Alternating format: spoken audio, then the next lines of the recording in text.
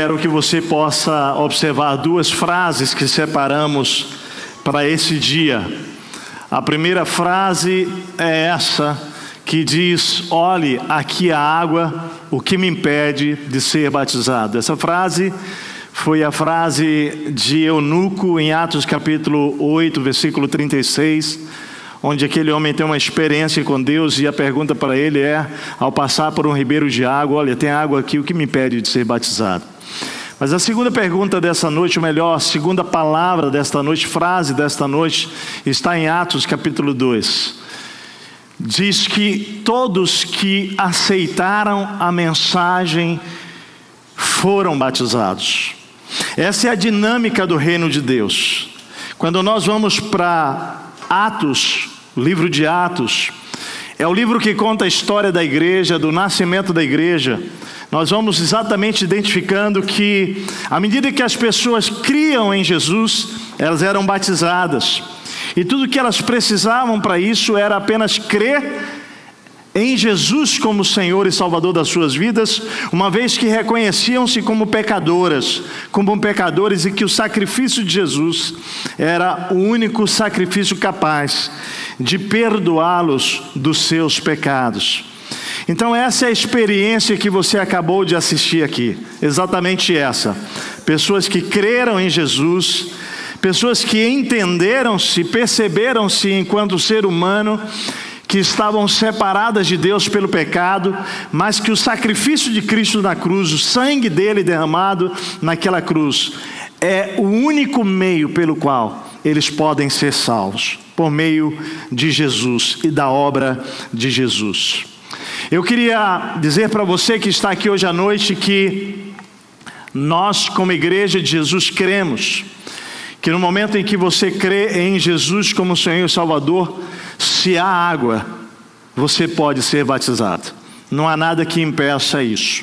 Se hoje à noite, nessa palavra, nesse momento, durante essa celebração, Deus está falando ao seu coração sobre tomar uma decisão com Jesus, sobre a compreensão de que você é um pecador, de que você é uma pecadora, de que você tem errado o alvo. A palavra pecado quer dizer isso, errar o alvo. Você está muito longe do alvo de Deus para a sua vida, do propósito de Deus na sua vida.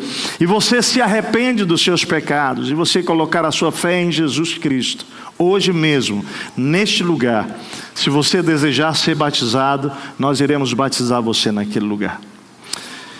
Eu queria olhar para a palavra, eu queria conduzir você às Escrituras para entender esse movimento de multiplicação. Deus está fazendo algo entre nós, pessoas estão sendo atraídas a Jesus, e eu quero convidar você a ler comigo a história que está registrada em Atos capítulo 16. Atos capítulo 16. E enquanto você procura esta palavra, esta passagem na sua Bíblia, ou mesmo no seu celular, abre a sua Bíblia virtual aí. Eu peço que você coloque no modo avião para você não ficar atucanado com outras coisas, mas que você possa comigo acompanhar essa leitura que está lá, essa história tão linda, onde o Evangelho e a igreja vai avançando de Jerusalém para a região da Judéia, depois vai chegar na região de Samaria. Os samaritanos, que eram vistos como povo que jamais receberia o poder e o amor de Jesus, recebe, o Evangelho chega em Samaria, milagres acontecem extraordinários, mas o Evangelho vai rompendo, né? Judéia, sai de Jerusalém, vai para a Judéia, Samaria, e vai chegar então aos gentios. A primeira família gentílica, né? Não judia, é a família registrada lá em Atos capítulo 10, que é a família de Cornélio. Aqui nós já estamos em Atos capítulo 16, que é o Evangelho avançando, rompendo, indo muito além. Aqui nós estamos olhando especificamente para a cidade de Filipos, uma cidade na região da Macedônia, e essa cidade era uma cidade que era colônia romana, e nós vamos ler juntos a história do Evangelho chegando nesse lugar, através do apóstolo Paulo e de Silas. Convido você a essa linda história, a essa narrativa, e com ela nós vamos tirar algumas lições para a nossa vida essa noite. eu espero que o Espírito Santo possa falar profundamente ao seu coração. Atos 16, versículos 12 em diante, diz assim: dali partimos para Filipos, na Macedônia, que é colônia romana e a principal cidade daquele distrito. Ali ficamos vários dias. No sábado saímos da cidade, fomos para a beira do rio, onde esperávamos encontrar um lugar de oração. Bom, a narrativa aqui está se referindo a Silas e ao apóstolo Paulo. Provavelmente, né? Até mesmo Timóteo pudesse estar ali, mas eu queria que você se concentrasse nesses dois personagens, Paulo e Silas, nesse primeiro momento. No sábado eles saem da cidade, vão procurar um lugar de adoração na beira do rio, e o texto diz o seguinte: sentamos-nos e começamos a conversar com as mulheres que haviam se reunido ali. Uma das que ouviam era uma mulher temente a Deus chamada Lídia, vendedora de tecido de púrpura da cidade de Tiatira. O Senhor abriu o seu coração para atender a mensagem de Paulo. Tendo sido batizada, bem como os de sua casa, ela nos convidou dizendo: se os senhores me consideram uma crente no Senhor, venham ficar em minha casa, e nos convenceu. E aqui é a primeira família alcançada naquela cidade pelo Evangelho de Jesus. Paulo começa a compartilhar da palavra de Deus, e a Bíblia diz claramente que Deus abre o coração daquela mulher chamada Lídia. Então ela recebe a mensagem de Jesus e ela tem um encontro com Deus. Ela é tão impactada que ela convida Paulo e a Silas para virem à sua casa e ali permanecerem um tempo. A Bíblia diz que eles param, eles são convencidos e ali eles ficam por um tempo. E eu quero que você comece a ver, com o passar dos dias, o que vai acontecer. Diz assim: certo dia, indo para o lugar de oração, encontramos uma escrava que tinha um espírito pelo qual predizia o futuro. Ela ganhava muito dinheiro para os seus senhores com adivinhações. Essa moça seguia a Paulo e a nós, gritando: esses homens são servos do Deus Altíssimo e lhes anunciam o caminho da salvação. Ela continuou fazendo isso por muitos dias. Finalmente Paulo ficou indignado, voltou-se e disse ao espírito. Observe que Paulo não ficou indignado com a mulher, ele ficou indignado com o espírito maligno. Então ele volta-se e fala ao espírito maligno: em nome de Jesus Cristo, eu lhe ordeno que saia dela. No mesmo instante, o espírito a deixou. Me permita falar algumas coisas aqui repercutir um pouco esse texto de uma maneira muito fluida aqui. Bom, nós chegamos aqui a um momento da história onde a gente vai entender o contexto religioso daquela cidade, o contexto social, religioso daquela cidade. Nós vamos encontrar uma mulher rica, que é Lídia, que tem um encontro com Cristo, mas nós vamos olhar e encontrar pessoas que estão escravizadas pelo engano de Satanás. Nós vamos encontrar uma mulher, uma jovem que é escrava religiosa, alguém que a domina, um dominante religioso sobre aquela mulher, e ela está na cidade fazendo adivinhações, e a Bíblia diz que há então um homem que paga para aquela mulher, para que ela possa fazer aquelas adivinhações, e que na verdade, pelo que ela faz, dinheiro vai entrando e ele vai fazendo dela um meio pelo qual ele vai enriquecendo-se. É nesse cenário que o apóstolo Paulo chega naquela cidade. Há um poder espiritual dominante, há mentira e engano de Satanás, e isso vai levando as pessoas daquela cidade a um cenário de entregarem a sua vida a adivinhações que não tem nada a ver com o propósito e a vida de Deus para aquelas pessoas. Quando Paulo chega, a Bíblia diz que essa mulher, dominada por um espírito maligno, começa a denunciar que eles são servos de Deus Altíssimo, e que eles estão anunciando o caminho da salvação. É possível que a gente olhe para o texto e diga o seguinte: puxa, que bom, ela estava facilitando a vida de Paulo e Silas, já dizendo para todo mundo quem eles eram. Mas acontece que nós estamos num contexto romano. Nós estamos num contexto onde aqueles que estavam ali anunciando a Cristo corriam risco de vida. E ao saberem que eles eram discípulos de Jesus e que eles estavam ensinando valores diferentes do que realmente a liderança romana ensinava aquela cidade romana, eles estavam sob riscos de serem presos e até mortos. Então veja bem, o que acontecia aqui era uma guerra espiritual. Era uma batalha espiritual, onde o diabo queria realmente confrontar ao Espírito de Deus. Eu não sei se você crê ou não que existem espíritos malignos, mas eu queria dizer para você que é melhor que você creia, do que você ser pego por surpresa e possuído por um espírito que é capaz de destruir a tua vida e a tua história. Eles existem, eles são reais. Eles fazem parte daquele 1/3 de anjos que foi expulso do céu quando tentou lutar contra Deus, registrado em Apocalipse capítulo 12. E esse 1/3 de anjos, eles servem a Satanás, que é o espírito, o príncipe da potestade do ar. Eles trabalham regidos e dominados por Satanás. É uma rede de anjos caídos, que são demônios. E eles trabalham realmente para escravizar as pessoas. E nós estamos numa cidade e no estado com muita presença de terreiros, de centros de umbanda, que dão espaço e legalidade para espíritos malignos. E eu quero dizer para você hoje aqui, em nome de Jesus, que você precisa entender pela palavra de Deus, que todo o poder das trevas que está presente num lugar, que está presente numa casa, numa família, quando o Espírito de Deus chega, aquele espírito maligno, ele sai, ele não pode ficar. Eles são mais poderosos que você, é importante você saber. Você não pode brincar com eles. É por isso que quando você enfrenta um demônio, você precisa enfrentar no nome de Jesus. Porque se você tentar enfrentar no seu nome, você vai levar uma surra dele. Você pode apanhar, você pode.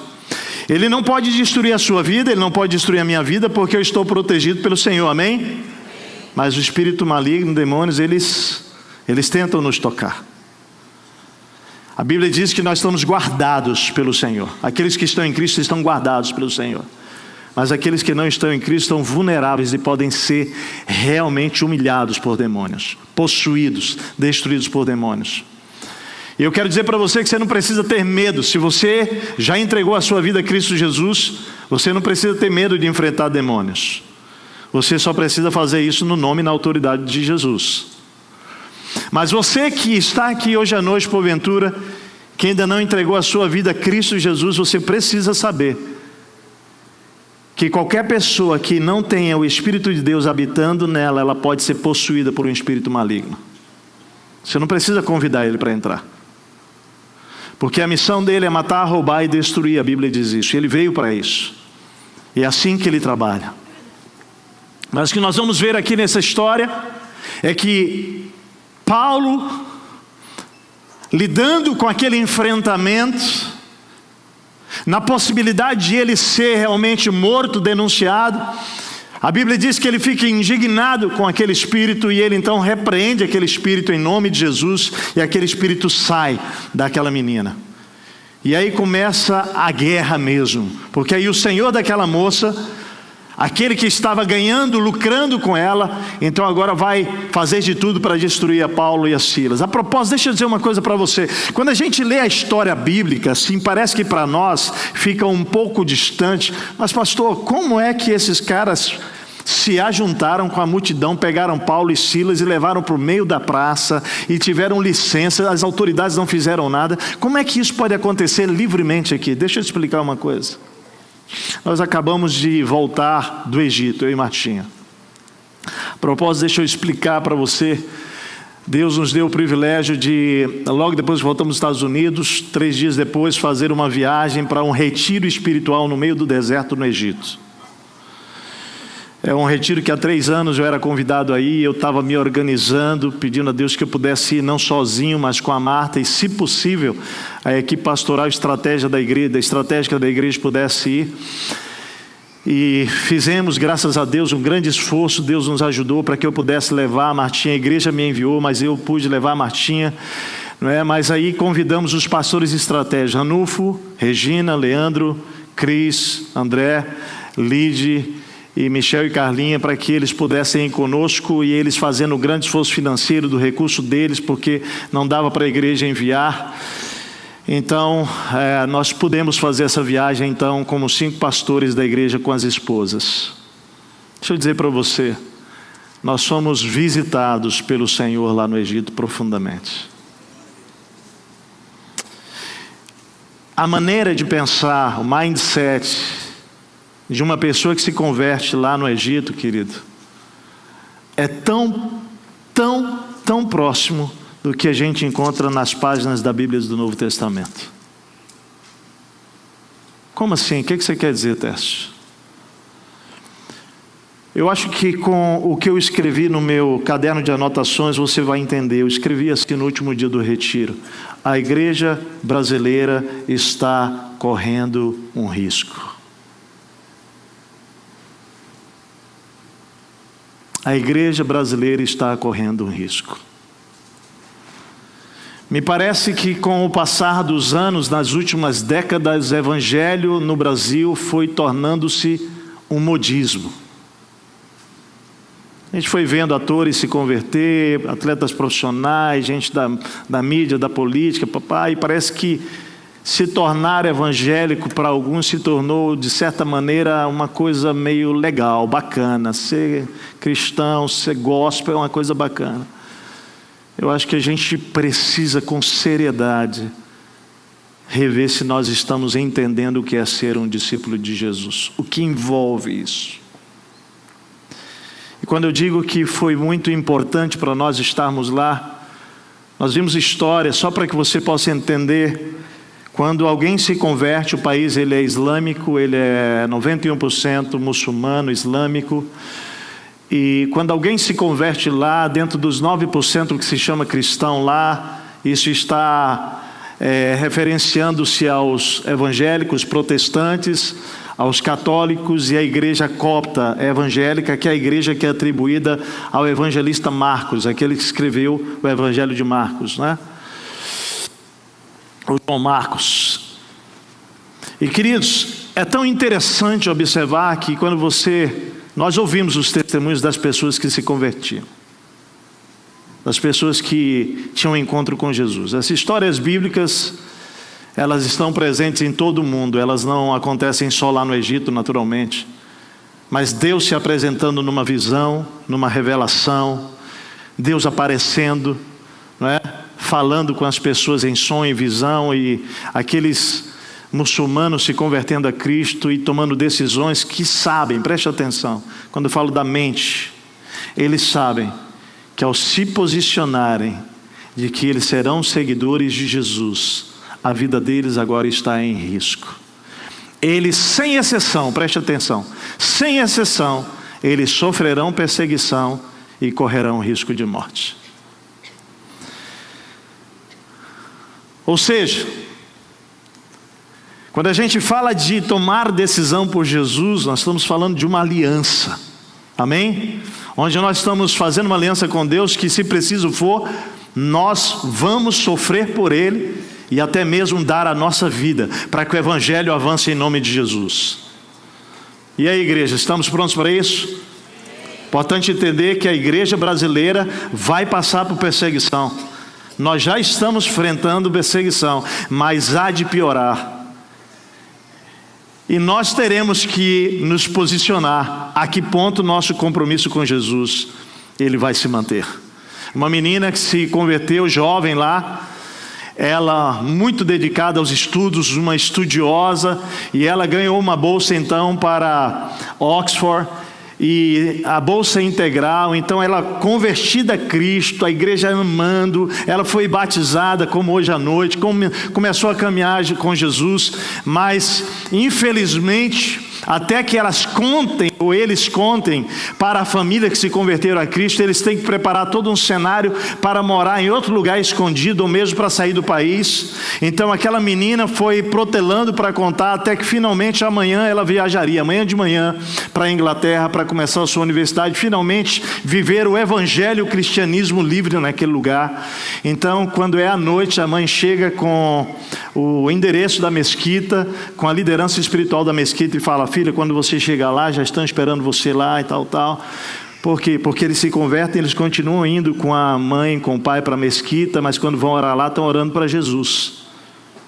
Não é mais para lá.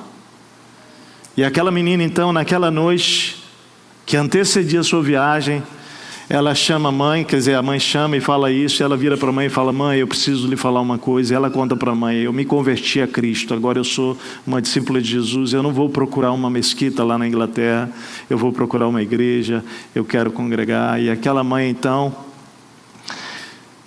toma a sua filha e joga do 23º andar, no centro de Cairo, e aquela menina entregou a sua vida por Jesus. Preste atenção, deixa eu te dizer. O que vai acontecer com a mãe lá nesse país? Nada. Nada. Porque é protegido por lei. Só para você entender o que significa a dimensão do que a gente está dizendo aqui, da seriedade disso. Quando você nasce, a sua identidade aparece lá, o seu nome, a família e tal, mas aparece a sua identidade religiosa. Você é o quê? Islã. Você é muçulmano islâmico, tá? Sua identidade religiosa aparece na sua carteira de identidade. Então imagina que então, como jovem, né, ele se converteu a Cristo. E agora você é um discípulo de Jesus. Se você quiser mudar a sua identidade para cristão, você não pode. Só que quem realiza os casamentos no país é o líder religioso do Islã. E ele só pode casar você com uma islã. Se você mudar para cristão, você não pode casar. Então, só que agora você é cristão. Ou seja, os jovens vão se convertendo lá, e sabe uma das coisas que eles vão entendendo? Que ao se converterem a Cristo, muitos deles não casarão. Será que estamos prontos para dar a vida? Ei, estamos prontos para sofrer para Jesus? Interessante, porque se você nasce como cristão na sua identidade, né, um daqueles 9%, se você se converte ao Islã, você pode mudar. Agora eu sou muçulmano, sou islâmico. Você pode, mas o contrário não. Então preste atenção. O que está acontecendo nessa cidade é Paulo e Silas invadindo uma cidade dentro desse contexto. Aí você consegue agora entender a licença que a multidão tem para fazer o que fez. Olha o texto comigo. A multidão ajuntou-se contra Paulo e Silas, e os magistrados ordenaram que lhe tirassem as roupas e fossem açoitados. Olha só.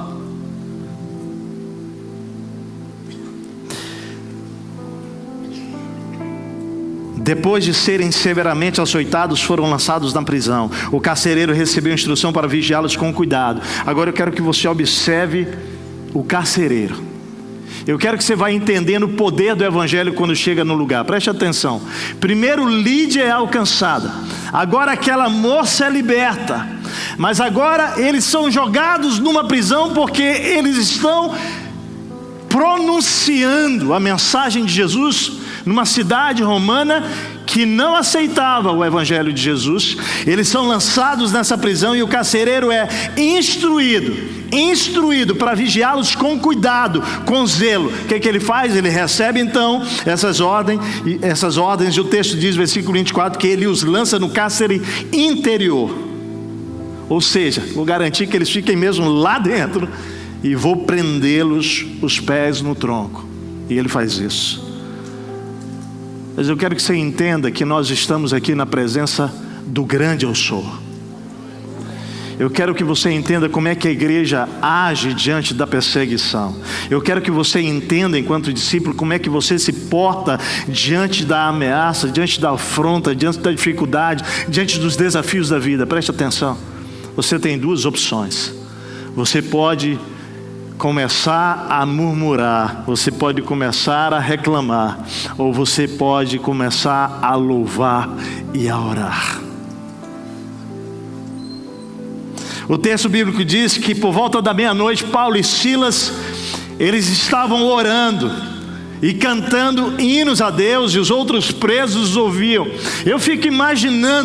Eu imagino na minha mente que eles começaram a orar, e daqui a pouco eles começaram a orar mais alto, eles começaram a cantar mais alto, e aquela prisão foi invadida pelo louvor, foi invadida pela oração, pelo clamor de dois homens de Deus, dois discípulos que não negaram a sua fé, e isso foi tão poderoso que a Bíblia diz que de repente houve um terremoto, querido, tão violento que os alicerces daquela prisão foram abalados. Imediatamente todas as portas da prisão se abriram e as correntes de todos aqueles presos se soltaram, e o carcereiro então entra em desespero, pega a sua espada e ele então vai matar-se.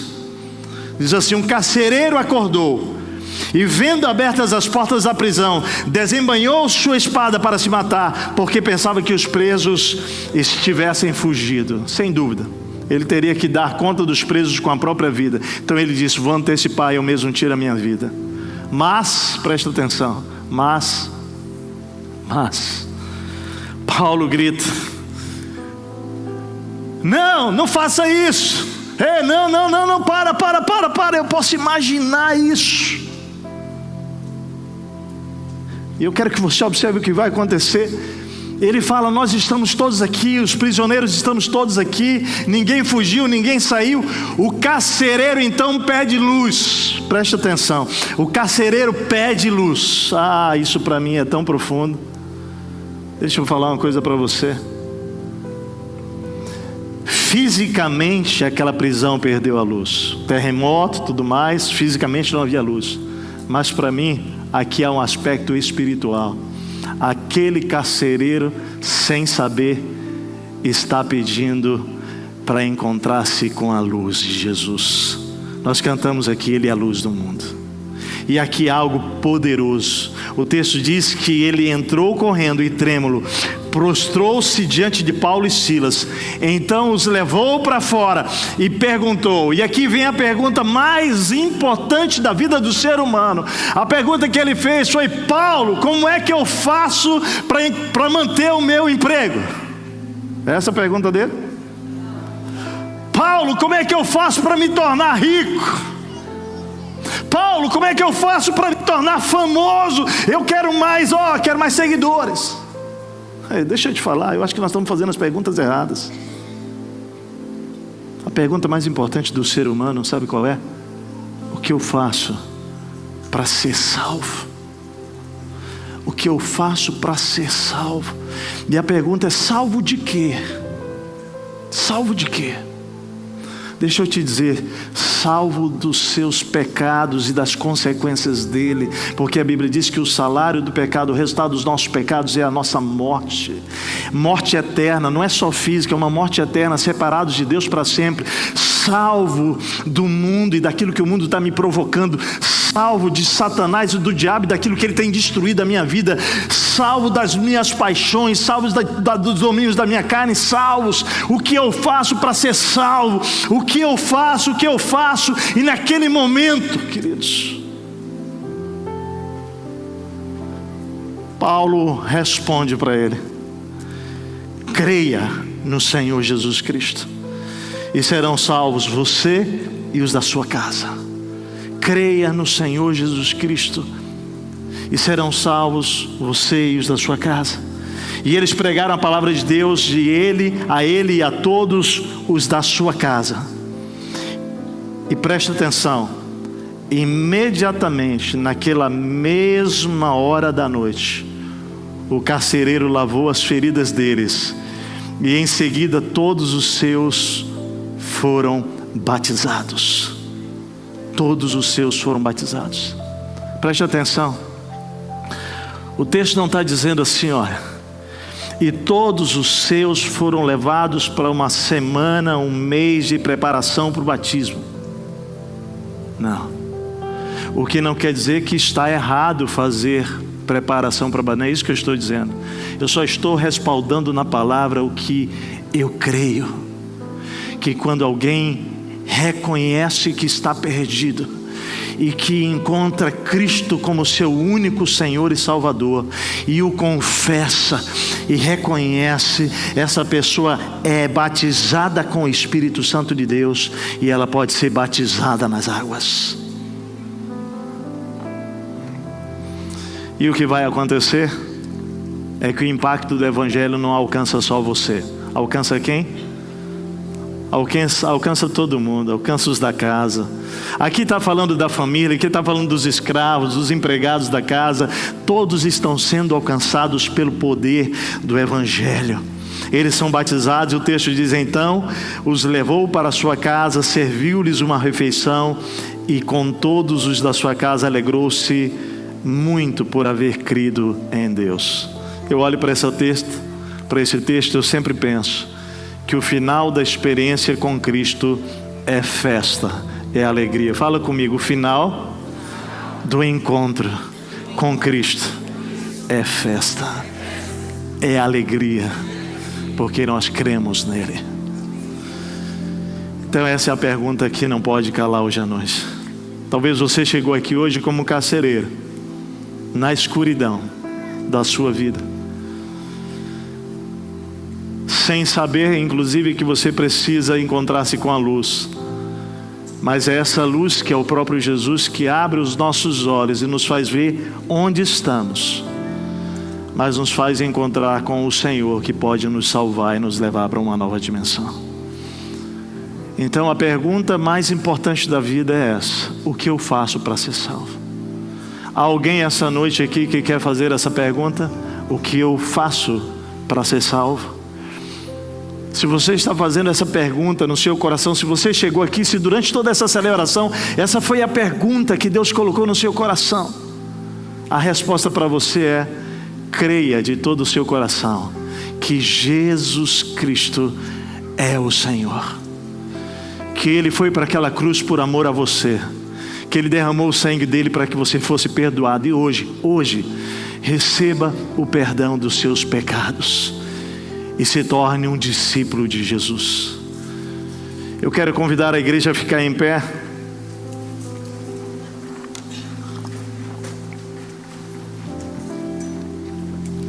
Eu quero orar com pessoas hoje aqui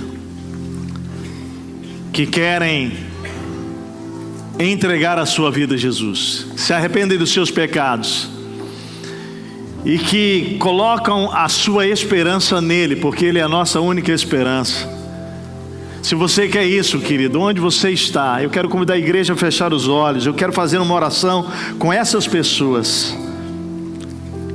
Se você hoje quer ter a salvação que só Jesus pode dar, faça comigo essa oração.